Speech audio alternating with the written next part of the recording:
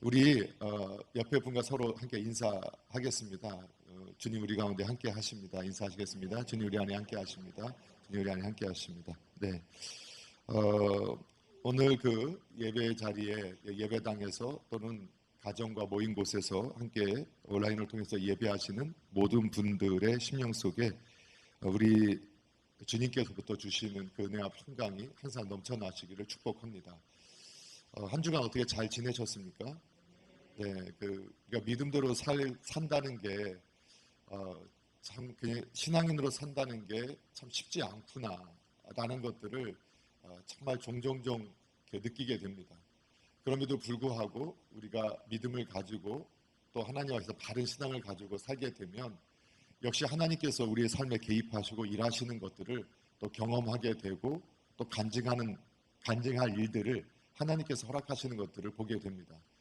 바라는 것은 우리 성도님들이 참 우리가 이 땅에서 점점 세상이 악해져 가지만 참된 빛 대신 예수님을 우리가 마음에 모신 성도로서 어느 곳에 있든지 간에 그분만 의지하시고 또 그분이 살아계신 것을 경험하는 복된 믿음의 삶 되시기를 또 주님의 이름으로 축복합니다. 오늘 우리가 히브리서 11장 말씀을 함께 이제 연구해 가면서 오늘 35절부터 40절 말씀을 함께 읽으셨는데 오늘 38절에 보면 이런 사람은 세상이 감당하지 못하느니라 라는 말씀이 기록되어져 있죠. 그래서 오늘은 세상이 감당 못할 사람이라는 제목으로 이러한 말씀을 통해서 함께 은혜를 받는 시간을 가지려고 합니다. 오늘 우리가 히브리서 11장은 믿음장이라고 했습니다. 그래서 믿음이 무엇냐 할 때 바라는 것들의 실상, 보이지 않는 것들의 증거, 이거는 믿음의 성질, 특성이다 이렇게 우리가 해석을 해야 된다고 했습니다. 그래서 이 믿음이라는 것은 우리가 가지고 있는 이 소망을 이루는 소망을 기다릴 수 있게 하는 하나의 힘이다. 아니면 소망을 지탱해주는 하나의 반석이다, 토대다. 이렇게 우리가 이해를 할 수 있다. 그런데 믿음이라는 정의를 우리가 내릴 때는 믿음이라는 것은 우리 삼위 하나님을 우리가 바로 알고 그분을 신뢰하고 따르는 것이 믿음이다. 그럼 신앙생활은 뭐냐? 하나님을 바로 알고 그분을 신뢰함으로 내가 그분의 말씀을 따라서 순종하는 삶을 사는 것, 이것이 신앙의 삶이라고 할 수 있다. 여러분 이게 정리가 좀 되시나요? 예, 그렇게 확실히 정리를 하셔야 됩니다. 자, 그러면 우리가 이러한 믿음을 가지고 살아가는 이러한 성도들에 대해서 성경에서는 뭐라고 표현했냐면 세상이 감당하지 못할 사람들이라 이렇게 표현을 했다는 겁니다. 그래서 오늘 이 히브리서 11장에는 이 믿음의 특성과 믿음의 정의를 가지고 그 믿음, 우리가 정의로 내렸던 믿음을 가지고 살아갔던 믿음의 사람들이 어떠한 모습으로 그 믿음을 지켰는가, 또 믿음의 삶을 살아갔는가를 우리에게 예로 들어주고 있습니다. 그래서 몇 가지 예를 먼저 첫 번째 살펴보게 되면 이 믿음의 사람들, 세상이 감당 못할 사람들의 예를 들어보면 우리 성경을 한번 11장에서 이미 다 지난 말씀이지만 4절부터 눈으로 보시면 4절에는 믿음으로 누가 나옵니까? 아벨이 나오죠. 5절에는 믿음으로 에녹이 나오고 7절에는 믿음으로 노아하는 이렇게 나오죠. 그래서 이 원역사라고 하는데 노아 홍수 이전에 인간이 타락했지만 수명이 아주 길고 지구의 환경이 노아 홍수 이전에 지금과 달랐던 그 시대를 의미하고 있습니다. 그 시대에 또 믿음으로 살았던 믿음의 선조들이 있었다는 겁니다. 그래서 그들이 아벨이었고 에녹이었고 그리고 노아였다.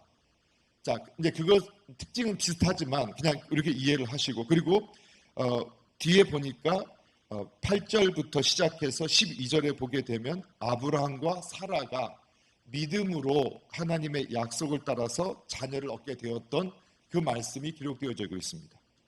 자, 그래서 이런 믿음의 사람들은 어떻게 살아야 하느냐, 또 어떻게 살았느냐, 그걸 우리가 보여주면서 그 믿음 때문에 하나님을 알고 신뢰하면서 그분을 따라갔기 때문에 그들은 이 세상에서 어떻게 살았느냐, 그 믿음으로 외국인과 나그네처럼 살았다. 그리고 하늘을 바라보면서 영혼을 바라보면서 살았다라고 말씀을 하고 있습니다. 자, 그리고 나서 우리 다시 보니까 우리 이 17절부터 19절에 보게 되면 믿음으로 살았던 믿음의 조상 아브라함의 결론적인 말씀을 예로 들어서 야, 믿음의 사람이라는 것은, 믿음의 삶이라는 것은 이런 거구나 하는 걸 보여줍니다. 아주 분명하게 보여주기 때문에 같이 한번 읽어보면 좋을 것 같은데요. 17절부터 19절 같이 한번 읽어보겠습니다. 시작. 아브라함은 시험을 받을 때 믿음으로 이삭을 드렸으니 그는 약속들을 받은 자로 돼 그 외아들을 드렸느니라. 그에게 이미 말씀하시기를 내 자손이라 칭할 자는 이삭으로 말미암음이라 하셨으니 그가 하나님이 능히 이삭을 죽은 자 가운데서 다시 살리실 줄로 생각한지라. 비유컨대 그를 죽은 자 가운데서 도로 받은 것이니라. 아멘. 예. 그러니까 여러분, 우리가 하나님을, 이제 믿음이라는 것이 하나님을 알고 신뢰하고 따르는 것이다 라고 이렇게 정의를 내렸단 말이에요. 그런데 하나님을 안다라는 말은 말씀을 안다는 것과 동일한 말입니다. 왜냐하면 하나님께서 성경을 통해서, 말씀을 통해서 하나님을 우리에게 보여주셨습니다. 그래서 우리가 성경을 안다, 하나님을 안다는 동격처럼 이해하셔야 합니다. 내가 하나님을 알고 싶으면 성경을 통해서 하나님을 알아야 하고, 내가 성경을 안다라는 말은 내가 하나님을 알고 하나님의 뜻을 안다라는 의미로 우리가 이해를 할 수 있어야 된다는 겁니다. 그래서 우리가 하나님을 알고 성경을 알고 하나님 성경을 안 그것을 신뢰하고 그 신뢰대로 내가 반응해서 따라갈 때 그것을 믿음이라고 한다고 할 때 아브라함이 그랬다는 겁니다. 아브라함이 이 믿음을 가졌습니다. 그런데 믿음이 성장하고 그냥 다 같은 믿음이 아니라 다 농도가 다릅니다. 그래서 성경에 보니까 우리가 히브리서를 함께 연구해 보면서 영적 어린아이가 있고 육신에 속한 사람과 같이, 그러니까 육에 속한 사람처럼 육신에 속해서 하나님의 자녀임에도 불구하고 하나님의 자녀인지 세상에 속한 사람인지 종교인인지 신앙인인지 구분 안 되는 그러한 영적인 수준의 사람도 있다는 겁니다. 그리고 장성한 성도도 있다는 겁니다. 그러면 신앙의 농도는 어디서 차이가 나는가 보면, 여러분, 우리가 하나님을 많이 안다, 성경을 많이 안다, 굉장히 중요합니다. 그리고 내가 신뢰한다, 이건 감정적인 부분이거든요. 내가 신뢰하고 있어요. 감정적인 부분이에요. 그런데 감정적으로 내가 말씀을 들을 때마다 감동을 받아요. 막 눈물도 흘려요. 그런데 그것이 그 사람의 믿음의 수준을 가르쳐 주지는 않아요. 또 성경 말씀을 많이 알아요. 또 하나님에 대해서 많이 알고 있어요. 그것이 그분의 믿음의 수준을 말해주지 않는다는 거예요. 중요하지만, 그렇죠? 그래서 여러분 보니까 제가 아는 분 중에서 그분은 교회 안 다녀요. 그런데 말씀을 가르쳐 주잖아요. 막 감동받아요. 말씀 얘기해주면 예수를 안 믿어도 성경에 이런 말씀이 있어 하고 제가 이렇게 그 친구들 이렇게 했을 때 말하게도 교회 안 다니는데 교회는 안 나와요. 그런데 성경에 이런 말씀이 있어. 이렇게 한번 해봐. 그러면 야, 진짜 좋다. 그거 막 감동을 받아요. 근데 믿음은 없어요. 그리고 제가 알고 있는 분들 중에서 어느 분이, 우리 이제 예전에 우리 교회에서 승려이셨다가 예수님 믿게 돼서 목사님 되신 분도 계시거든요. 근데 그분도 그런 간증이에요. 승려 되시는 분들도 성경 많이 읽어요. 성경 내용 많이 알아요. 그리고 성경 가지고 강의도 해요. 법정하고 같이 이렇게 비교하면서. 그분 성경 많이 알잖아요.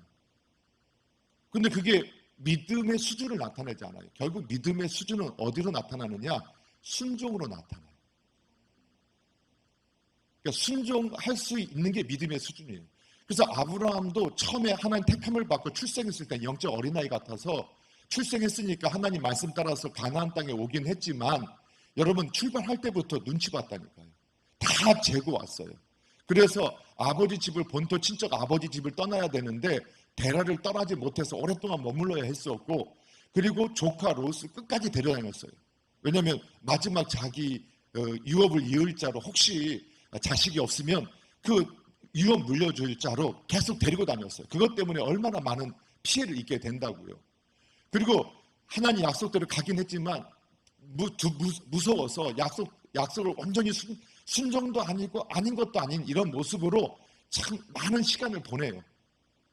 그런데 그 가운데서 아브라함이 하나님, 나에게 나타나셨던 하나님이 정말 전능하신 하나님이시구나. 그걸 자꾸 경험해요. 나는 전능하신 하나님이라 하나님 나타나셨을 때 알겠습니다 했지만 실제로 그 삶 속에서 그가 실수하고 또 잘못했을 때도 우리가 본토 친척 아비집을 떠나 그 당시에 그것은 보호자가 없다는 거거든요. 그런데 하나님이 보호자가 되준다 했던 것처럼 정말 그 아무도 나를 도와줄 수 없는 이방 땅에서 하나님께서 아브라함을 지켜주시고 아내를 내가 거짓말해서 빼앗겼단 말이에요. 그런데 하나님의 능력으로 다시 빼앗아 주시고, 그리고 어떻게 보면 이방인들 사이에서 그가 이방인인데 오히려 그곳에서 점점점 부유해지고 권세를 갖게 되는데, 그걸 통해서 정말 하나님이 살아계시구나, 정말 하나님이 약속하신 걸 지키시는 분이구나 하고 믿음이 점점 성장했다는 거예요. 그래서 마지막 하나님께서 아브라함의 믿음을 시험하셨다, 때로는 연단하셨다, 검증하신 것이 그 모리아산에서 아들을 바치라, 이삭을 바치라 했던 시험이란 말이에요. 그만큼 아브라함에게 있어서 가장 그를 메워 놓을 수 있는 존재가 누구냐? 이삭. 그리고 아브라함에게 있어서 정말 무엇보다도 가장 가치 있는 게 뭐냐? 이삭. 그 독자, 100세 아들, 손자 같은 아들. 그렇죠? 늦둥이들 이렇게 키우시는 분들 보면은 그 아들 큰 애들 키울 때는 정신 없었다가 늦둥이 딱 키워보면요, 그 할아버지 할머니 마음 이해할 수 있거든요. 그냥 보면 예쁜. 그런데 그 아들을 번제로 바쳐라. 그리고 우리는 번제가 뭔지 모르니까 그냥 번제로 바치나 보다. 그렇겠지. 근데 번제가 뭐라겠어요? 닭을 뜨는 거예요. 목을 따고 팔다리를 자르고 배를 갈라서 닭을 다 끄집어내고, 그리고 그 자른 거를 불에다 올려놓는 거예요. 정말 잔인한 명령을 하신 거예요. 그런데 성경에 보니까 아브라함이 이때 어느 정도 믿음의 수준이 됐느냐? 전혀 의심하지 않아요. 그리고 그냥 하나님 명령하시자마자 바로 출발해요. 3일길 바로 출발해서 조금도 그가 주저하지 않고 아들을 묶어놓고 바로 그냥 칼로 찔러서 번제 드리려고 바로 시하니까 하나님께서 얼마나 급해졌는지, 아브라함아 그 내 독자 이삭에 손대지 마. 그런데 그 아브라함이 그렇게 행동했을 때 우리가 보기에는 막 속에서 열받아서 그래 될 대로 돼 이렇게 했는지 믿음을 해도 우리는 모르잖아요. 그런데 그거를 신약의 히브리서 기자를 통해서 하나님은 그 중심을 알고 계셨기 때문에 그걸 해석해 준 거예요. 그가 어느 정도로 하나님과 하나님의 약속에 대해서 신뢰하는 사람이 되어졌고 반응하는, 순종하는 사람이 되었는가. 그 아들을 바치라고 했을 때 그는 하나님을 믿었어요. 하나님의 약속을 믿었어요. 그 약속을 이미 받았단 말이에요. 그것이 18절이에요. 그 하나님이 이미 아브라함에게 너의 자손이라고 칭할 자는 이삭으로 말미암는다라고 약속을 주셨단 말이에요. 아브라함이 그 사실을 받았어요. 예전에는 하나님 말씀을 주셔도 정말 그런가 신뢰하지 못했어요. 그런데 그가 어느 정도 신뢰했느냐? 반드시 그렇게 된다. 그래서 하나님께서 이삭을 통해서 하늘의 별처럼 바닷가의 모래처럼 후손들이 많아지게 할 것이라고 약속하셨는데, 하나님이 이삭을 번제로 바쳐라. 오케이. 만약 내가 그 아들을 번제로 바쳐도 그 하나님은 그 아들을 살려주실 거야.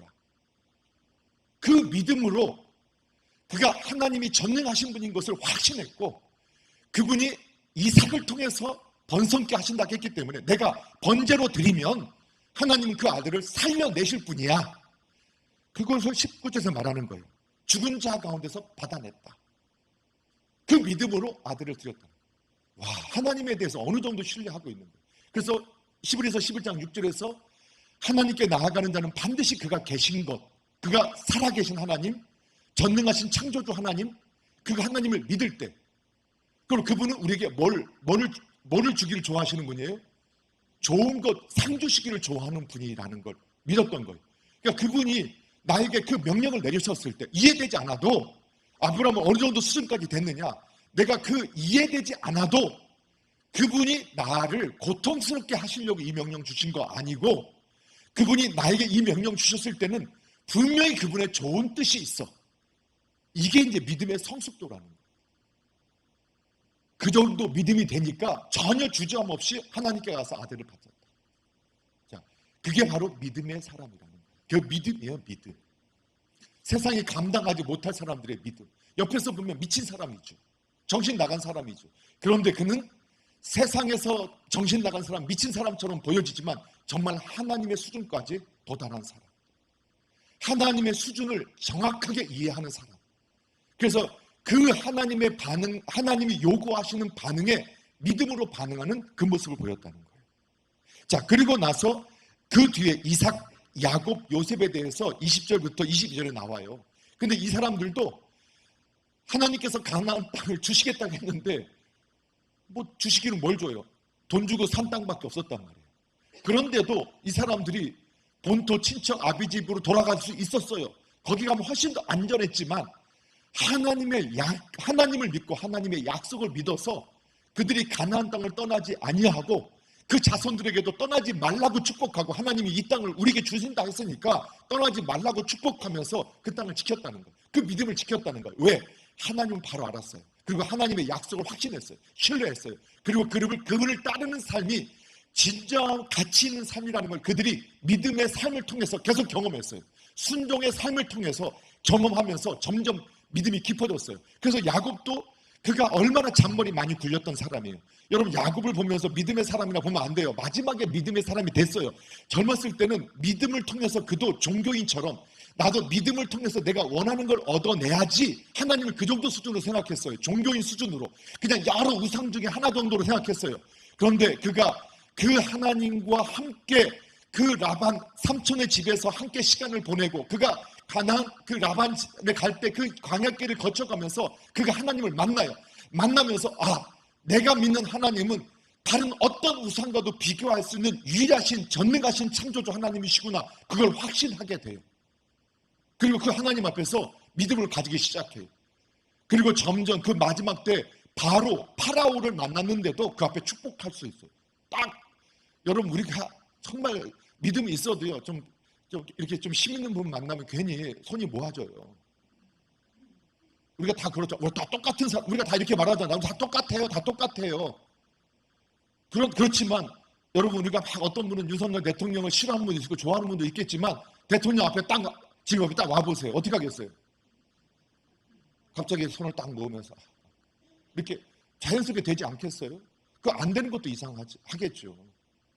그런데 그 파라오, 그 당시에 애굽은 그 굶어 죽는 온 세상을 구원한 나라, 거기에 파라오예요. 그 앞에 가서 하나님의 이름으로 그들이 섬기는 라신을 가지고 축복하거나 그들이 섬겼던 신을 가지고 축복한 게 아니라 여호와 하나님의 이름으로 축복을 해요.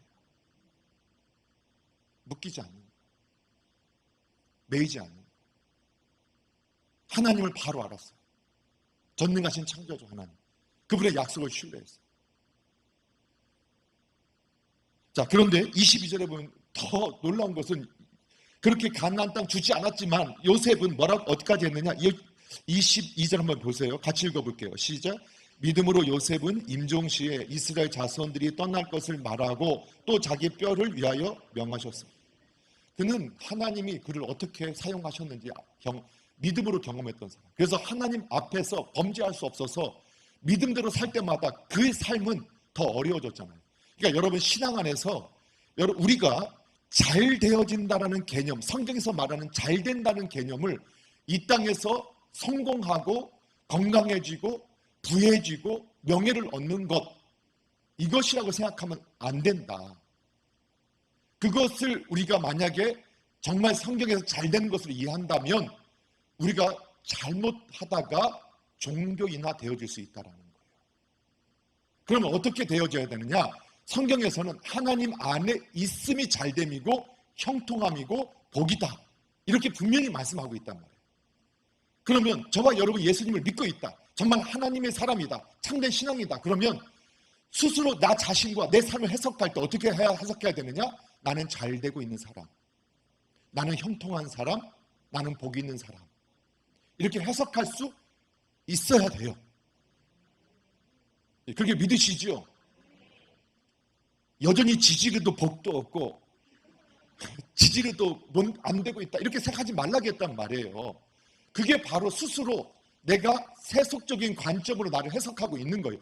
성경의 관점을 내가 그걸 믿을 때 하나님의 온전한 바른 믿음의 반응이 나온단 말이에요. 그래서 요셉은 자신의 일생을 통해서 하나님의 전능하심, 그분의 큰 능력을 경험했어요. 그는 세상에서 보면 안 될 때도 팔림을 당하고 억울한 일을 당하고 할 때도 하나님 안에 있었어요. 그래서 그는 형통했어요. 그는 누구보다도 큰 권세자가 됐지만 누구보다도 겸손한 자가 됐어요. 형님들 앞에서 위세를 부리지 않고 형님들 그러지 마십시오. 내가 했습니까? 하나님이 하신 거 아닙니까? 이제는 파라오조차도 나도 너 간섭 안 해. 내 이름만 앞서지 마. 라고 하는 그 앞에서도 그 절대적인 권세를 가지고 있음에도 불구하고 자신을 팔았고 죽이려고 했던 그 형제들 앞에 형님들 그러지 마세요. 하나님이 하셨잖아요.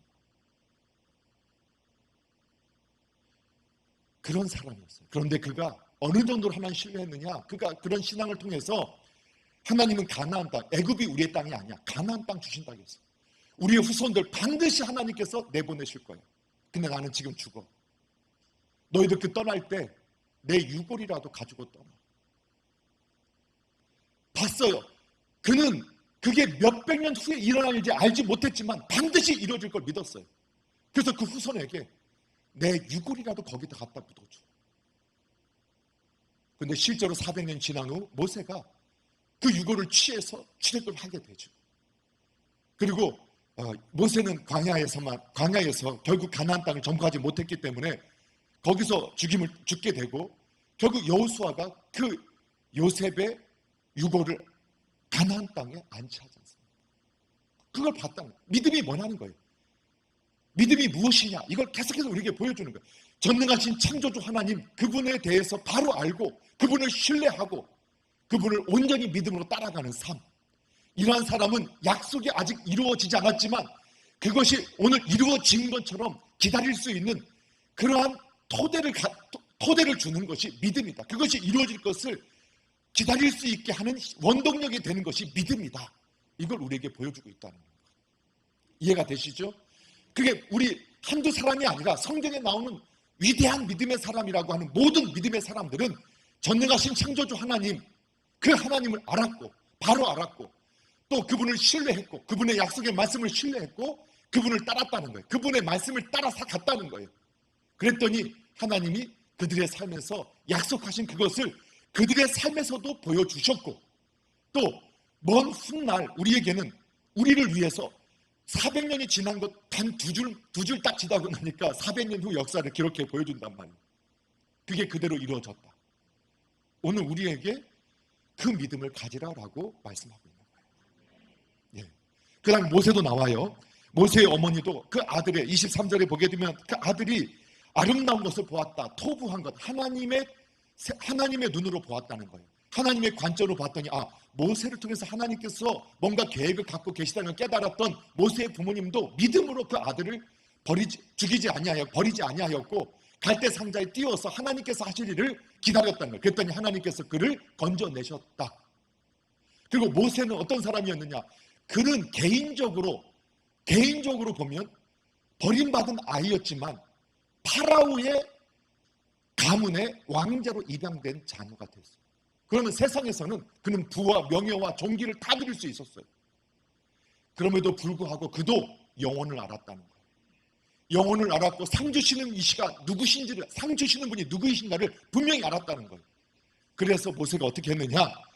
그가 애굽에서 바로의 가문의 왕자로서 누릴 수 있는 그 모든 것을 헛것처럼 아무것도 아닌 것처럼 버려버리고 하나님의 백성들과 함께 이 땅에서 고난받는 길을 택하였고 하나님 상 주시는 이심을 바라보면서 믿음으로 살았다. 얼마나 미련한 거예요. 우리 눈에 보기에는 미련한 거잖아요. 아니 왕자의 자리를 버렸다니까요. 그의 명예와 존귀를 다 버렸다니까요. 그런데 그것이 바로 믿음의 삶이었다라고 말씀해줘요. 그래서 그건 읽어만 볼게요. 24절부터 27절까지 함께 한번 읽어보겠습니다. 시작. 믿음으로 모세는 장성하여 바로의 공주의 아들이라 칭함받기를 거절하고 도리어 하나님의 백성과 함께 고난받기를 잠시 죄악의 낙을 누리는 것보다 더 좋아하고 그리스도를 위하여 받는 수모를 애굽의 모든 보화보다 더 큰 재물로 여겼으니 이는 상 주시는 이심을 바라봅니다. 믿음으로 애굽을 떠나 왕의 노함을 무서워하지 아니하고 곧 보이지 아니하는 자를 보는 것 같이 하여 참았으며. 아멘. 믿음으로 그는 하나님의 약속을 놓고 참고 상 주시는 이심을 바라보면서 세상의 이 죄악된 세상의 것들을 낙으로 삼지 않고 하나님의 백성과 함께 고난 받는 것을 주저하지 않고 그 길을 택했다가 말씀하는 거예요. 뭐 때문에? 믿음 때문에. 믿음은 내가 확신, 나의 확신을 말하는 게 아니에요. 이건 신념이에요. 하나님에 대해서 확신하는 거예요. 하나님의 약속에 대해서 확신하는 거예요. 그것을 신뢰하고 따라했다는 거예요. 그 주저하지 않았다는 거예요. 뿐만 아니라 그 뒤에 보니까 그 뒤에 말씀 출애굽부터 시작해서 사사시대 그리고 왕정시대 포로기시대 34절까지 다니엘의 다니엘까지의 그 모든 포로 시기까지의 믿음의 사람들이 다 그랬다. 이제 하나하나 설명하면 너무 많으니까 자 그랬다라고 말하는 거예요. 그러고 나서 오늘 구약과 신약을 함께 통과하면서 35절부터 38절에 보니까 성경이 기록할 당시에 믿음의 사람들 그리고 그 전 세대 구약의 성도들이 함께 오버랩되면서 그들이 겪었던 일들이라는 거예요. 자, 이게 믿음으로 사는 사람들의 모습이었다는 거예요. 같이 한번 볼게요. 35절부터 38절 시작.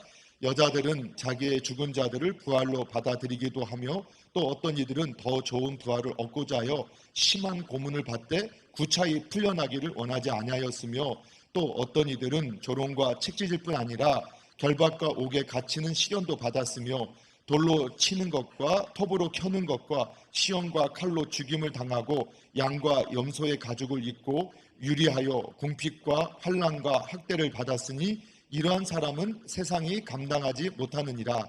그들이 광야와 산과 동굴과 토굴에 유리하였느니라. 아멘.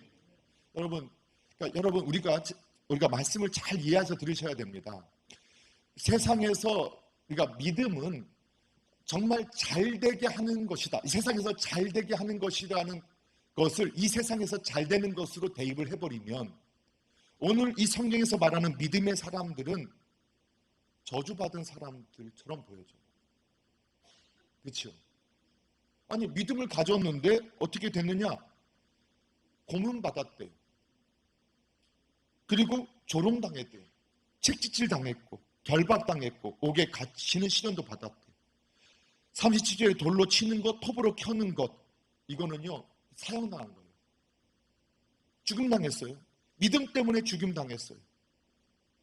양과 염소의 가죽을 입고 여러 가지 해석이 있을 수 있지만 양과 염소 가죽을 벗겨서 사람을 거기다 딱 집어넣어봐요. 그러면 이게 말라가면서 축축축축 수축되잖아요. 이렇게 줄어들잖아요. 그럼 사람이 그 안에서 온몸이 쪼여지면서 숨 막히고 막 그 고통 속에서 죽게 되는 거거든요. 믿음으로 이들은 이걸 겪었대요. 자, 그러니까 또 여러분 어떤 분들은 자 믿음으로 고난 받으러 가자. 일부러 고난에 참여하기 위해서 고난받고 안 되는 것이 믿음이라 또 생각해서는 안 된다는 거예요. 지금 성경이 말하는 것은 세상에서 보이는 그것을 가지고 하나님 앞에서 진정한 복, 잘됨을 논할 수 없다는 거예요. 참 믿음은 그것과 상관없이 세상의 것들이 우리가 풍족하든 풍족하지 않든 하나님, 예수님을 내가 모시고 있느냐 없느냐가 형통과 잘됨과 복의 기준이라고 분명히 말씀했다. 다시 돌아가 볼게요. 그래서 요셉 같은 사람은 그가 노예로 팔릴 때도 그는 기쁨과 감사함으로 하나님과 동행하며 형통하는 삶을 살았고 그가 총독이 되고 또 애굽의 총리가 되었다 할지라도 그는 교만해지지 않고 하나님 앞에서 언제나 동일한 모습을 가질 수 있었다. 그게 복을 누리는 사람이었다. 그 사실 믿으시죠? 그게 신앙이고 그게 믿음의 사람이에요. 세상이 감당하지 못하는 사람들.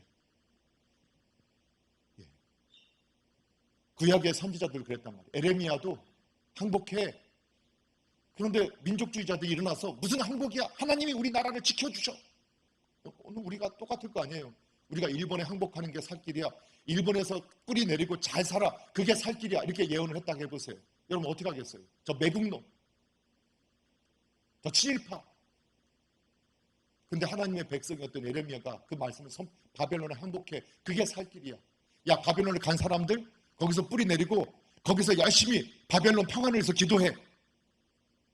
그러니 다른 저 반역자, 민족의 배신자, 조롱당했거든. 책찍질 당했거든. 감옥에 갇혔거든. 세상의 주류를 따라가는 게 아니라 하나님의 말씀을, 하나님을 따라가기 때문에 그런 일을 겪었지만, 그러나 그들을 세상이 감당하지 못했다. 그게 하나님께서 평가하신 거예요. 오늘 저와 여러분이 그러한 믿음의 사람이 되기를 주님의 이름으로 축원합니다. 여러분, 세상이 감당하지 못할 믿음의 사람들로 굳건히 세워지기를 여러분 한번 결심해 보시기 바랍니다. 지금은 여전히 우리가 연약한 어린아이 같은 신앙인이 할지라도 그래도 우리도 주님, 우리 믿음의 선조처럼 세상이 감당하지 못할 믿음의 사람이 되게 하옵소서. 소망하시기를 주님의 이름으로 축복합니다. 예, 옆에 분에게 우리 인사하시겠습니다. 세상이 감당 못한 신앙인이십니다. 이렇게 축복하십시오. 세상이 감당 못할 신앙인이십니다. 믿음의 사람이십니다. 예. 자, 그런데 이 세상이 감당 못할 사람을 39절과 40절에서 딱 정리를 해줘요. 자, 어떻게 정리를 해주느냐? 39절, 40절 같이 한번 읽어볼게요. 시작. 이 사람들은 다 믿음으로 말미암아 증거를 받았으니 약속된 것을 받지는 못하였으니 이는 하나님이 우리를 위하여 더 좋은 것을 예비하였은즉 우리가 아니면 그들로 온전함을 이루지 못하게 하려 하심이라. 아멘.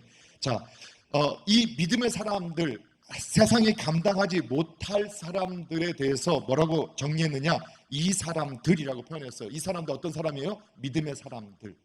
그러니까 참 믿음을 가지고 우리가 믿음의 정의를 바로 알고 하나님과 하나님의 뜻, 하나님의 말씀을 바로 알고 그것을 신뢰함으로 순종하는 삶을 살아가는 그 사람들은 세상이 감당하지 못하는 사람들이다. 이렇게 표현했어요. 예. 여러분, 오늘날 점점 시대는요, 세상이 쌓은 가치관으로 교회당에 요구해요. 그걸 또 받아주는 것이 맞다라고 해요. 그래서 여러분, 예를 들면 이 차별금지법 이름이 정말 너무 예쁘잖아요. 차별을 금지하는 법이라 하는데 왜 교회가 앞장서? 그러니까 참 이게 악한 영들이 광명의 천사처럼 다 나타나니까. 근데 우리가 알아도 그 단어 때문에 우리가 스스로 참 이렇게 목소리를 내는 게 어렵다. 근데 성경에서 하나님은 남자와 여자로만 만드셨어요. 그걸 우리가 믿는 거예요. 그리고 그렇게 그것을 인정하고 창조 질서를 바로 세우는 것이 이 정말로 사람을 위하는 것이고 이 세상을 위하는 것이라고 우리가 확신을 갖기 때문에 그 창조의 질서를 깨트리려고 하는 어떠한 시도에 대해서도 우리가 반대하겠다는 거예요. 그런데 세상 사람들이 본인들이 자기네끼리 연구한 결과를 가지고 타고났다, 동성애는 타고났다라고 주장하니까 그걸 우리가 그대로 받아들인다. 그거는 세상의 관점으로 지금 교회의 도를 바꾸겠다는 거예요. 그게 바벨탑이거든요. 또 한 가지 제가 요즘에 이제 목사님들과 교제를 하면서 재미있는 얘기 들었어요. 이건 이제 여러 번 제가 했던 이야기, 제가 벌써 10여 년에 겪었던 이야기인데, 요즘에 여러분 강아지 많이 키우시고 고양이 많이 키우시죠? 예, 오늘 좀 떨면서 제가 얘기해야 되거든요. 그 고양이 개 키우면 얼마나 정말 예쁘죠? 안 예뻐요? 예? 예쁘기만 할 정도가 아니라, 그러니까 막 가니까 갑자기 우리 권사님들이 그 강아지를 엄마한테 와, 엄마한테. 그러면은 그 자녀들은 갑자기 그 개하고 족보가 어떻게 되나 막 걱정이 되고, 그리고 애들도 그러다 보니까 아이들도 언니한테 와, 오빠한테 와, 막 이렇게 하거나 형한테 와, 누나한테 와, 이렇게 말을 하더라고. 요즘에는 아주 너무 자연스럽게 하는 얘기를 해요. 그렇죠? 뭐 그게 나쁘다라고 저는 생각하지는 않아요. 그러니까 여러분 잘 들으셔야 돼요. 여기서 이제 주무시다가 잘못 들으면 이제 저를 또 요 부분만 자르면 큰일 나요. 자, 이렇게 잘 하고 있는데, 그런데 성경에서는 짐승은 우리가 돌봄의 대상이지 사랑의 대상이 아니에요. 성경에서 사랑의 대상은 누구냐? 사람이에요. 근데 사람에 대해서는 증오의 감정을 표출하는 사람이 그 짐승을 함부로 했다고 그 사람을 증오해요. 이런 문화들이 되어 있어요. 그리고 어느 목사님이 하고 이번에 이제 우리 기아대책에서 이제 이사회 모임에서 목사님 잠깐 가서 하는데 어느 교회에서 있었던 일인데 어느 분이 장례가 났다고 와서 예배를 드려달라고 해서 보니까 강아지가 죽은 거예요. 근데 여러분 지금 정말 그 개가 요즘에 펫이 가족처럼 됐잖아요. 그 부정할 수 없어요. 너무 우리 교회 우리나라에서 몇 손가락 안에 있는 동물병원 운영하시는 분도 계세요. 그분들 말 들어보면 없는 분들이 더 아낀다는 거예요. 그 100여만 원짜리 수술도 하고 동물도 시간이 가니까 막 병 들잖아요. 그거 고치겠다고 몇십만 원, 몇백만 원 치료하는 거를 아끼지 않고 한다는 거예요. 가족이 그렇게 아끼고 하다가 죽었어요. 장례 치러야 되는 거예요. 여러분 지금 우리나라도 이미 제가 그 20년 전에 일본에서 그런 문화 보면서 제가 깜짝 놀랐어. 그래서 이거 우리나라도 곧 돌아오겠구나, 들어오겠다. 그때 몇 번씩 얘기한 적이 있었는데 실제로 지금 우리나라도 내 펫 장례식 하는 거 있죠. 몇십만에서 몇백만 원까지 추모관도 만들고 똑같이 해요. 근데 똑같이 하니까 와서 예배 드려달래요. 제가 미리 말씀드리는 거예요. 예배 드려달라 하지 마세요. 위로해달라고 하세요. 위로해달라. 내가 정말 아끼던 귀하게 여겼던 그래도 생명이 떠났으니까 생명체가 떠났으니까 너무 힘들고 외로워요. 목사님 너무 어려워요. 그 강아지가 갔어요. 뭐 이렇게 하면 우리가 가서 정말 강아지가 갔네요. 어떡해요. 같이 울어줄 수 있어요. 근데 하나님 앞에 예배하고 그 위로하는 거 영혼을 위로하는 거니까 그 죽은 개를 위해서 예배해달라는 거는 사실 맞지 않아요. 그래서 사람을 위로하기 위해서 우리가 가서 기도해 줄 수는 있겠죠. 그래서 아끼던 걸 떠나보냈습니다. 그래서 앞으로 제가 미리 말합니다. 고양이 죽었다고 개 죽었다고 장례 예배 드려달라고 요청하지 마시고 그냥 가족끼리 그냥 슬퍼하면서 서로 나누면서 그리워하면서 기도해 주시면 돼요. 그런데 잘 들으세요. 어느 날 문화가 이렇게 바뀌었어요. 전 세계 문화가 짐승을 아껴라. 근데 사람에 대해서 너무나 잔인해요. 부모에 대해서는 함부로 하는 자녀들이 강아지는 얼마나 사랑하고 예뻐하는지 몰라요. 배우자에 대해서 자녀에 대해서 함부로 대하는 분들이 강아지는 품에 품고 안고 다녀요. 자식이 아프면 돌을 쳐다도 안 보는데 강아지가 아프다고 고기 구워서 주고 있어요. 그래서 이런 말을 하죠.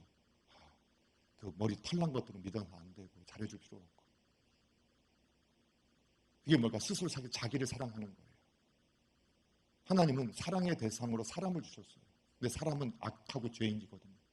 사랑하려고 할 때마다 상처를 받지요. 그럼에도 불구하고 사랑의 대상은 사람이에요. 근데 오늘날 이런 문화를 가지고 이제는 사람을 하는 것보다 짐승에게 더하는 거에 대해서 법으로 만들어서 인간을 그렇게 구속시켜버려요. 근데 우리가 그걸 다 박수쳐요. 그게 인간적이지. 뭐가 기준이 되어야 할지가 없어져 버려요. 이 말조차도 제가 조심스럽잖아요. 또 가서 인터넷에도 우리 목사님은 개를 싫어해요. 분명히 보신탕을 드실 거야. 막 하면서 이렇게 하지 마시고. 무슨 말인지 이해되시죠? 기준이에요. 자, 그래서 믿음으로 사는 사람들, 하나님과 하나님의 약속을 신뢰하고 그걸 절대 기준을 따라 순종하는 사람들, 그 기준으로 해석하는 사람들, 그 기준으로 내가 따라가는 사람들이에요. 그렇다고 우리가 그런 기준을 가니까 함부로 대하는, 그렇지 않아요. 하나님이 정말 참 신앙, 참 믿음을 가지고 있는 사람은 모든 하나님의 형상을 따라 만든 사람은 존중 여기야만 알기 때문에 어떤 약자라도 설사 나를 배반하는 사람이라 하더라도 나를 공격하는 하나님 알지 못하는 사람이라도 존중이 대하는 태도를 하나님의 백성들은 가져야 돼요. 또 온전한 신앙인으로서 믿음으로써 여러분, 저와 여러분이 그러한 온전한 믿음의 사람, 하나님, 사람이 감당하지 못할 믿음의 사람이 되기를 축원합니다. 자, 이런 사람들을 하나님께서 어떻게 하셨느냐? 39절에 보니까 이 사람들, 믿음의 사람들은 다 믿음으로 말미암아 증거를 받았다. 이거를 다른 번역본의 원어를 보게 되면 하나님이 그 믿음을 증언해 줬다는 거예요. 하나님이 인정해 주셨다는 거예요. 그 믿음을 기뻐해 주셨다는 거예요. 그래서 그 믿음을 가지고 있는 사람들한테 하나님이 나타나세요. 그래서 인정해 주셨다는 거예요. 그 사람의 그 믿음에 개입하셔서 도와주세요. 아브라함이 바치려고 할 때 아브라함아 아브라함아 하고 못하게 개입하셨던 것처럼, 예, 하나님께서 개입하셔서 요셉을 끄집어내 주셨던 것처럼 하나님이 그 믿음을 보증해 주셨고 기뻐해 주셨다는 거예요. 여러분, 그것이 바로 하나님의 사람들의 특징이었다는 거예요. 여러분, 믿음대로 살면 우리가 확신해야 할 게 있어야 돼요. 하나님이 보호하세요. 하나님이 책임져 주세요. 사나 죽으나 주님의 것으로 있기 때문에 기꺼이, 그래서 우리 믿음의 선조들도 죽은 자를 부활로 삼고 더 좋은 부활을 얻고자 하여 심한 고문을 받고 구체적으로 구차히 고문을 받았지만 구차히 풀려나기를 원하지 않았다. 구차하게 변명하지 않고 구차하게 내가 사람들한테 쩔쩔매지 않고, 그래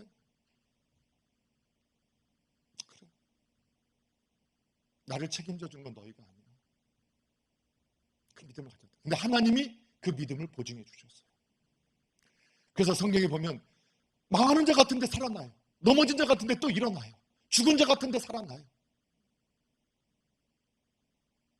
소멸될 것 같은데 다시 일어나는 사람들, 이상한 사람들, 믿음의 사람들, 하나님이 인정하는 믿음의 사람들. 세상에 감당 못할 사람들은 누구냐? 하나님이 인정하는 믿음의 사람들이에요. 그런 분들이 되시기를 바라요. 여러분, 그래서 어려운 것부터 순종하지 마시고요, 지금 나에게 할 수 있는 것부터 순종하십시오. 아브라함한테 처음부터 하나님께서 이삭 바치라고 했으면 못 바쳤겠죠. 근데 하나님께 처음에 떠나 조카 롯 데리고 가는 것도 하나님 아무 말 안 하셨어요. 예, 데려와 함께 출하는 것도 아무 말 안 하셨어요. 예, 아내 처음 버렸을 때도, 거짓말 했을 때도 그냥 하나님 책임만, 뒷수습만 해주셨어요.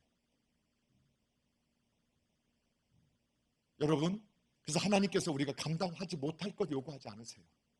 근데 지금 계속해서 말씀으로 감동하시고 깨닫게 하시면 지금 순종할 수 있는 것에 순종하십시오. 지금 내가 하라고, 나에게 하라고 감동을 주시고 말씀을 들을 때 깨닫게 하시고 말씀을 읽을 때 지금 이렇게 내가 하나님께 원하시겠다, 남이 아니라 나에게 주시는 말씀을 붙잡고 내가 지금 할 수 있는 게 순종하십시오. 그래, 내가 어저께 내 아내한테 내가 짜증냈는데 내가 꼭 사과해야겠다.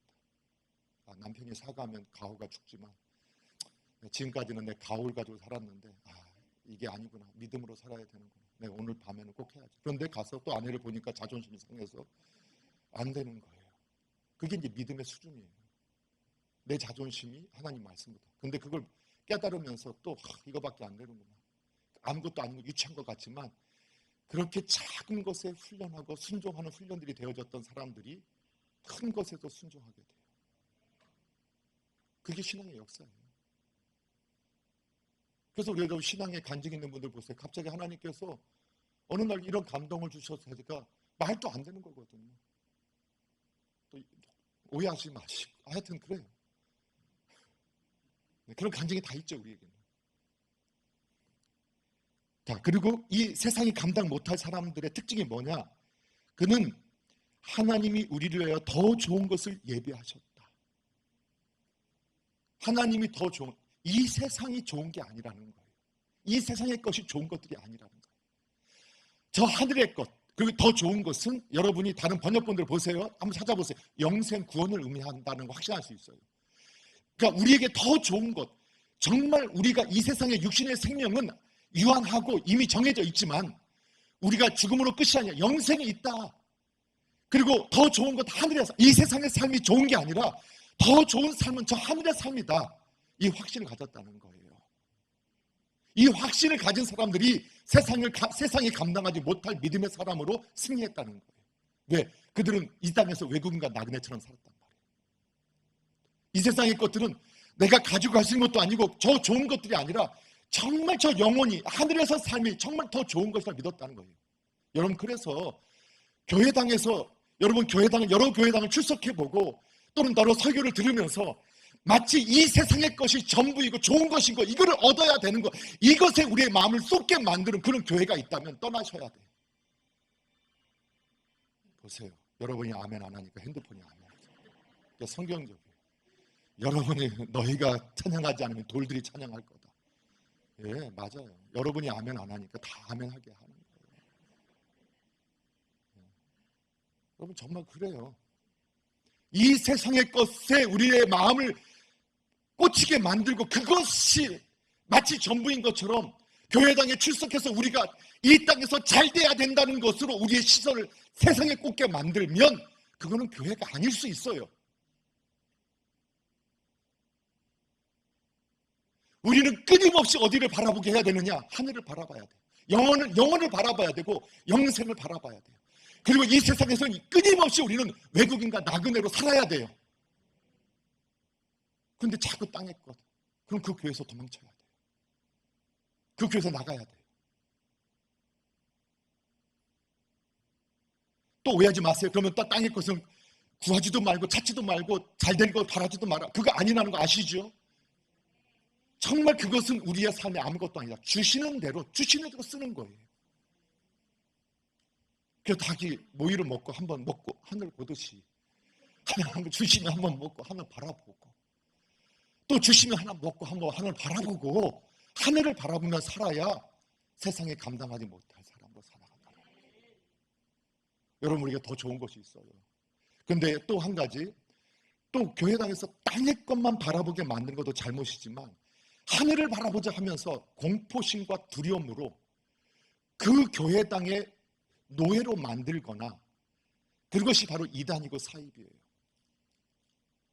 여러분, 하늘을 생각하는 게 두려워서 벌벌벌 떨게 만들고 그건 가짜예요.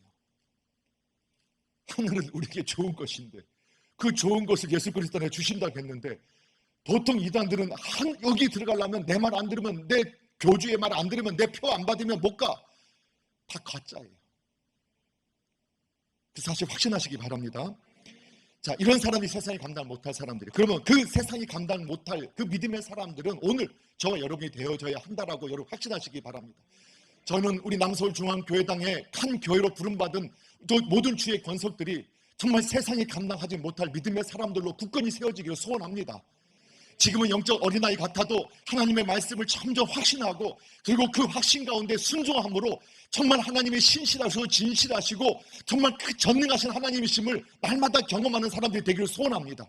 그래서 이 땅에서 어떤 것을 부여하든지 간에 교만해지지도 않고 또 자고해지지도 않고 너무 위축되지도 않고 두려움에 빠지지도 않고 항상 주님만을 보고 견고하고 흔들리지 아니하며 주님을 위해서만 쓰임받는 그런 종들이 되기를 소원합니다. 여러분, 그래서 하나 간증이 있었으면 좋겠어요. 자, 그런데 이런 사람들은 그래서 어떻게 살아야 돼요? 오늘도 믿음으로 사십시오. 다시 한번 부탁을 드립니다. 오늘도 하나님의 약속과 그분을 신뢰함으로 내가 지금 순교하라고 요구하지 않습니다. 하나님께서 지금 순교하라고 요구하지 않습니다. 지금 다른 걸 요구하지 않습니다. 지금 할 수 있는 거를 여러분 순종하십시오. 교회당에 오면서 하나님께서 나의 한 가족으로 부르신 분들에게 나는 교회당 오면서 한 번도 인사한 적 없지만 내가 우리 교회당에서 함께 만나는 성도님들을 내가 내 가족처럼 여기면서 할렐루야 하고 나도 한번 인사해 봐야겠다. 뭐 이것이 또 믿음의 모습이냐? 이건 아닐 수 있지만 작은 것, 내 집에 가서 내가 정말로 하나님의 사람으로서 어떻게 할까? 내가 직장에서 지금 하나님께 나에게 지금 요구하시는 것, 그 작은 것에 순종하시기 바랍니다. 나 평생 이렇게 살아왔으니까 못 고쳐. 그건 자기의 신념이죠. 저 정도 나이 드신 분은 못 고쳐. 그 자기 신념이죠. 바뀌어요. 하나님 앞에 바뀌어요. 믿음으로 사시기 바랍니다. 자, 그리고 계속 거듭 지난주 말씀처럼 외국인과 나그네로 사십시오. 이 땅에서 외국인과 나그네로. 그 외국인과 나그네로 사는 삶은 뭐냐? 묶이지 않는다는 거예요. 하나님 우리에게 자유하게 하시려고 자유를 주셨어요. 그래서 성경이 뭐라고 해요? 다시는 종의 멍에를 대지 마라. 여러분, 묶임 당하지 마십시오. 오해하지 말아야겠어요. 지난주에도요. 여러분, 부모님에게 묶임당하지 마십시오. 배우자에게 묶임당하지 마십시오. 자녀에게 묶임당하지 마십시오. 이 세상의 사상에 묶임당하지 마십시오. 재물이나 명예에 묶임당하지 마십시오. 생명에, 건강에 묶임당하지 마십시오. 묶임나는 게 뭐예요? 스스로 종이 되는 거예요. 여러분, 제가 보니까 요즘에 한참 많이 아팠거든요. 코비드도 걸리고 막 다 여기서 수술 막 이것도 빼내고 당도 올라가고 그래서 막 살도 빠지고 운동도 하고 이렇게 하다 보니까 건강에 제가 매였던 것 같아요. 어느 날 보니까 살이 빠지면 막 행복해요. 살이 좀 올라가면 막 불행해져. 내 감정이 다 어디에 있냐? 지금 다 살에 가 있어. 그 살이 내 주인이에요. 그래서 나를 기쁘게도 하고 슬프게도 하는 게 뭐냐? 살이에요. 예를 들어 드린 겁니다. 자식에게 매이면 자식이 푸르 떨면 얹지 않고 자식이 기뻐하면 내가 기뻐져요. 근데 사실 우리는 하나님이 기뻐하신 것을 보면 함께 기뻐해야 되고 하나님이 슬퍼하시는 걸 보면 함께 슬퍼해야 되는데 거기 관심이 없어요. 그래서 하나님께서 말씀하신 거예요. 내가 너에게 자유케 하려고 자유를 주었으니 다시는 종의 멍에 매지 마라. 우리를 묶으실 수 있는 분은 하나님 한 분밖에 안 계세요. 외국인과 나그네로 살아가는 것은 이 세상의 그 어떤 것도 사람에게도 회사 사장님이 기분 좋으면 나도 기분 좋아지고 사장님이 기분 나쁘면 나도 기분 나빠지는 그런 묶이는 삶이 돼서는 안 된다는 거예요. 어떤 사상도 어떤 가치도 우리를 묶을 수 없어요. 그 사실 믿으시죠? 자, 그러기 위해서 꼭 한 가지 이 청직으로 살면서 기억할 게 있어요. 그게 두 가지인데 하나는 경쟁하지 마시고 비교하지 마십시오. 또 같은 말 같아요. 여러 번 제가 반복했던 메시지예요. 비교하지 마십시오. 경쟁하지 마십시오. 비교하지 말라는 거. 여러분 참 베드로 사도는 참 재밌잖아요. 난 다 버려도 안 버려요. 이렇게 했던 그분이 버리고 도망갔다가 또 다시 예수님께서 부활했던 걸 소리 듣고 무덤까지 가서 보았지만 도망가요. 미안해서. 예수님이 찾아오니까 또 수영치어서 막 가가지고 또 앞에 막 그리고 또 내 양을 먹이라 내 양을 치라 하니까 아멘 이렇게 살아났어요 또. 그러니까 그러자마자 첫 번째 질문이 예수님께 하는 말이 뭐냐면 그 요한은 또 어떻게 된대요? 또 요한이 또 궁금한 거예요. 그래서 예수님께서 야, 그 사람 내버려둬. 너는 그냥 나를 따라. 여러분 다른 사람에 대해서 너무 관심 갖지 마십시오. 그러니까 비교하고 그 경쟁하는 것. 그래서 보니까 로마서 12장 3절에도 우리가 참 예배자로 살면 그 다음부터 어떻게 살아야 되느냐. 각 사람이 자기의 주신 그 생각 이상을 생각하지 마라. 이 말은 뭐냐면 나에게 주어진 역할에 충성해라. 과거 역할이 아니라 미래에 내가 맡을 역할, 지금 하고 있는 그 일에 하나님께서 맡겨주신 그 일에 최선을 다해라. 네. 그리고 그 다음에 4절부터 몸의 비유도 나오거든요. 손과 발. 그러면 하나님의 선한 뜻이 이루어진다는 거예요. 그래서 여러분 청지기로서 맡겨주신 것 정말 비교하지 말고 경쟁하지 말고 하나님 앞에서 청지기로서 잘 사용하시고 잘 관리하시고 활용하시는 분들 되시기 바랍니다. 예. 그런데 우리가 한 가지 경쟁이라고 할 수도 있고 격려해야 될 게 하나 있다면 그게 뭐냐?